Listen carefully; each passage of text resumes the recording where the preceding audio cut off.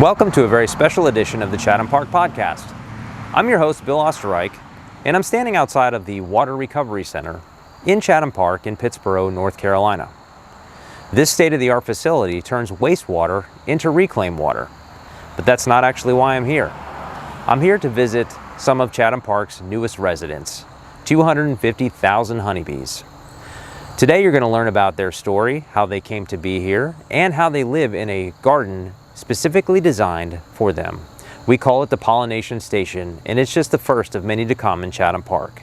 Stick around as we find out what the Pollination Station is all about.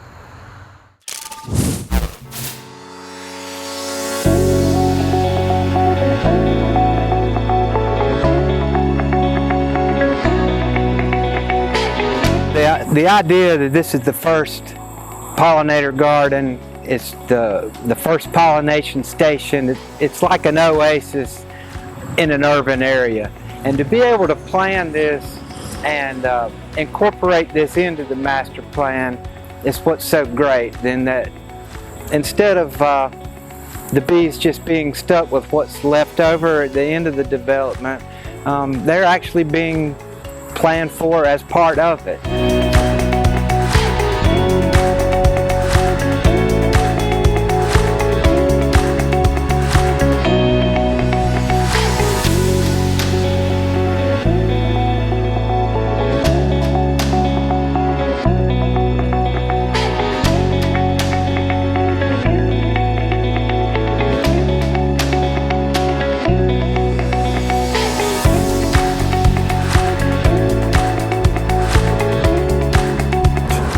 It's important to our existence. 1 out of every 3 bites of food you eat is due to a pollinator doing his job.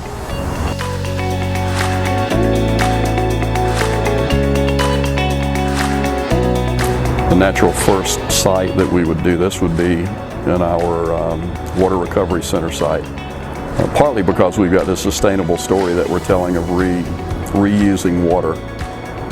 And that's resonating with our buyers and resonating with communities already. So we also put in that same story our pollinators. We use the reclaimed water to water our gardens that we've established for the bees.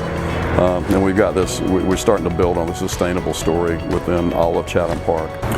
So the first thing I think I'll mention that we did, and this was well before we even got involved with this pollination station at the Water Recovery Center, was we came up with a list, a pretty substantial plant list for Chatham Park as a whole.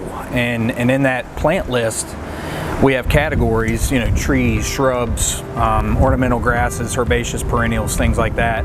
But there's also a section specifically dedicated just for pollinator plants. Pollinator plants in North Carolina are mainly a lot of the natives that you would see out in meadows, out in the forests. But there are also a lot of commercially available plants in nurseries that have the flower and the pollen characteristics that these bees love. Well, we've come to realize as we've evolved through this project that because of our size, we're an 8,000 acre project, there's a lot of responsibility that we have beyond what we have normally done as a development company when we've done 100 acres, 100 lot subdivisions, 300 lot subdivisions. When you're doing a 22,000 lot, 22 million square foot master plan community, there's a much bigger impact on everyone around us. And so we tried to treat that and pay attention to that more than we previously have as we've developed. So in this case, we have this topic and this concern that we've had about this is a worldwide problem with our decline in the honeybees. When you're doing a 50 lot subdivision, you can't make much of a statement if you're trying to help restore the honeybee population. It's a little bit different problem when you've got 8,000 acres and we really can make a difference. And so we have decided that we first of all decided with our requirements that we're that we put on ourselves, as well as any developer coming to Chatham Park. Everyone has to plant some sort of pollinator planting in their landscape. Doesn't have to be 100% pollinators, and it shouldn't be 100%. But while we have all native plants, while we have all drought tolerant plants, while we have those kind of requirements, we are requiring everyone to help provide an ecosystem for the honeybees and for our pollinators in our properties. So that automatically is an important thing that we've done. It automatically provides a proper food system for this population that is in decline. Using a resource like the North Carolina Cooperative Extension, they have a top 25 pollinator species list, and we took that plant list and used that to model the design we did for the Water Recovery Center Pollination Station. Within that design, we looked at everything from height to color to bloom time of the year, whether it be spring, summer, or fall. We placed things in and around the garden based on vantage points from mainly on top of the roof of the Water Recovery Center, so that you'd be able to see that progression of a short plants down on the ground, and then it steps up, I would say, to more of a screen that we created around this space to make the beehives feel more enclosed, get them away from the noise of what's happening on the site, get away from some noise that might come off the roadway, and almost create a little serene, as Jody would say, oasis here in the middle of this site. So I got my first beehive. I ordered my first beehive out of the back of a Mother Earth News catalog back in 1999, and got my bees. Had never been in a beehive before. I had only read a few articles about beekeeping, but I had a real deep curiosity about it, and I wanted to learn more. So I just jumped in with both feet. Sometimes that's the hardest way to learn, because you got to make a lot of mistakes before you figure things out, it seems like. I bought a piece of land down near the Rocky River in Asbury, North Carolina, which is between Pittsboro and Sanford in Chatham County. And that was the start of Rocky River Bee Farm. So at that point, I really started focusing more and more of my efforts into it. I grew my apiary up to a couple of dozen hives, and at that point, I needed more sites. So I started putting beehives around Chatham County. At this point, I've got 7 different sites around the county where I have beehives, and I like spreading my bees around. It's a good way to not have all your eggs in one basket. If one of my apiaries experiences disease or other problems, or possibly to think about some type of wildlife causing an issue, at least I don't have everything in one place. It's spread around, and that's a good way to manage bees, is to not have everything in one place. And now we're adding Chatham Park to one of these sites. So as the Chatham Park Master Beekeeper, we're going to have multiple sites within Chatham Park area as well. You want to see one of these pollen-laden bees? It'd be a good photograph, I think.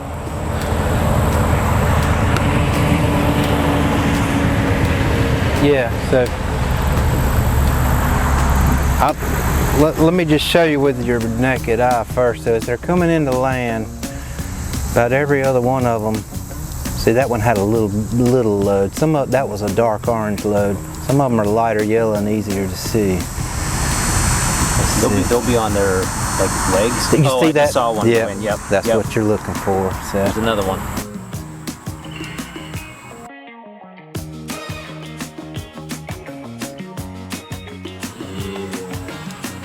there you go. That was a good one. Looks like saddlebags on a motorcycle. That's exactly what it is. It's like, and they pack that. It's like a set of hairs like this, and they'll pack that set of hairs with the pollen. So when they break it out, it's like. So the hair's kind of in the shape of a cup almost? Yeah, and it's called a corbicula, and that's how they transport pollen back. Yeah, so the smoke calms the bees. The bees communicate through pheromones, which is a sense of smell. So when we puff a little smoke in there, they can't communicate. So it's sort of like when they send out the alarm signal, there's nobody to hear the alarm, so they kind of stay mellowed out.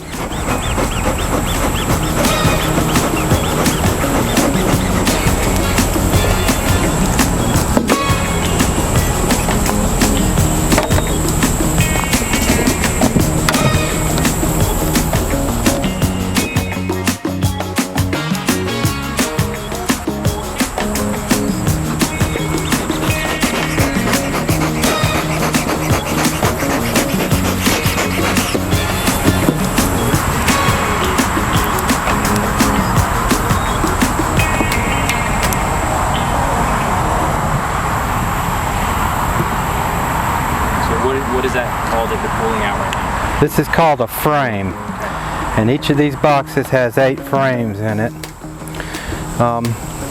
These frames on the outside are typically where they store a lot of their food stores. So if you look, this area up here is capped honey, and this open nectar that you see that's still liquid, it's still got enough moisture in it that they need to evaporate it more. Once it gets to about around 18% moisture, they will put a cap on it, and it's sealed and it's good forever. It can never spoil once they get the moisture level down. Incredible. I'm just going to set that right here.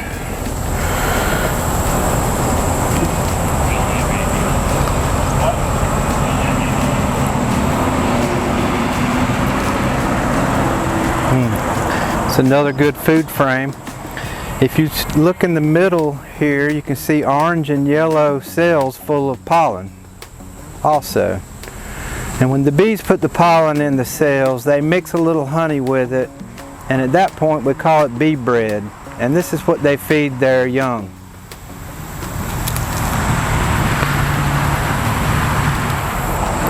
So here's an example of larvae. This is how developing bees look. If you'll notice up in here, you've got uncapped white larvae.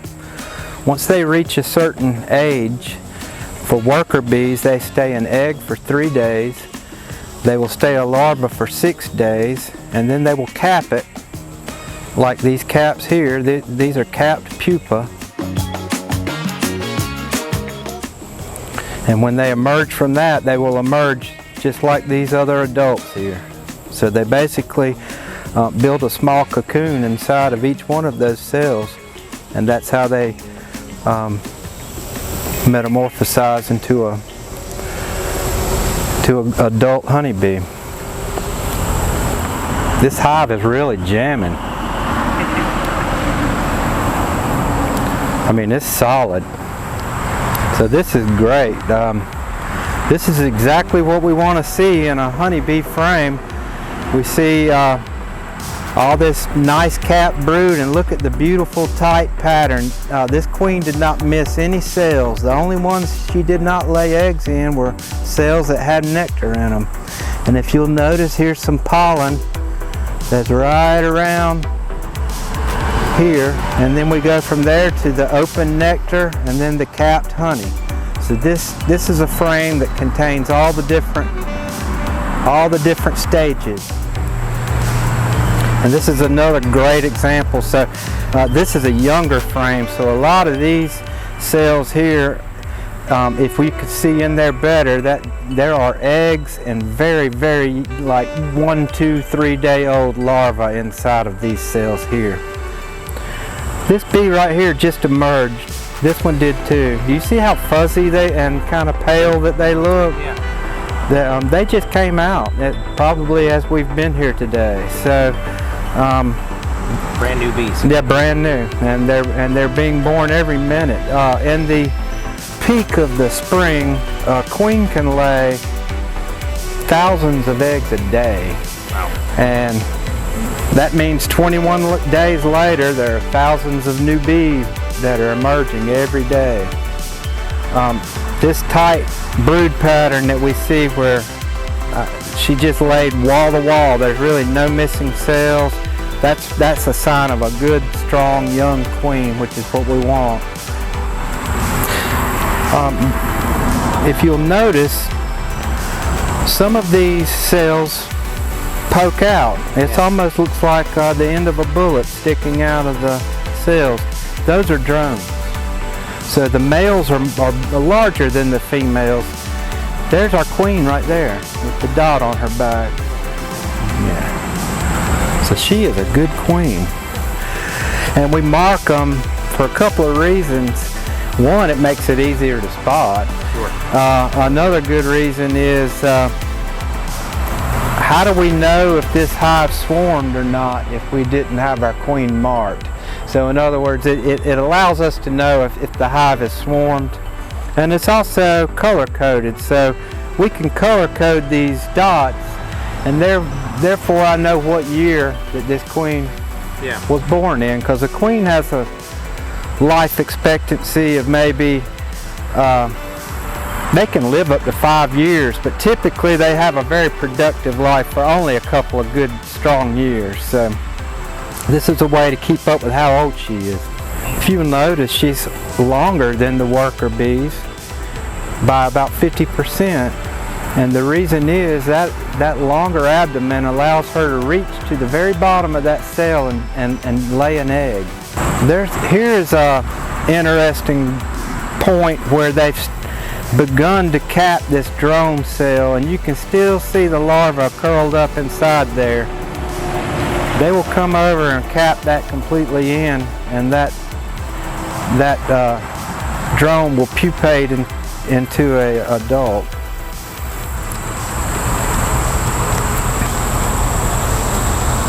So I should be able to work with these drones because I do have a drone license. Yeah, and I'll be needing to see that.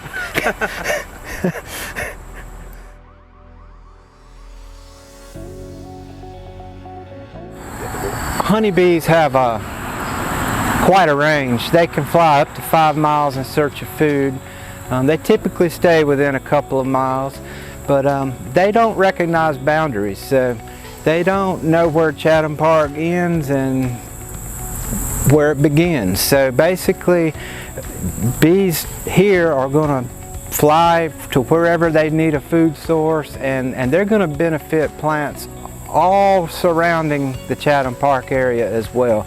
So if you look at it on a map, it's almost like a buffer because they've got such a range that they can work out of.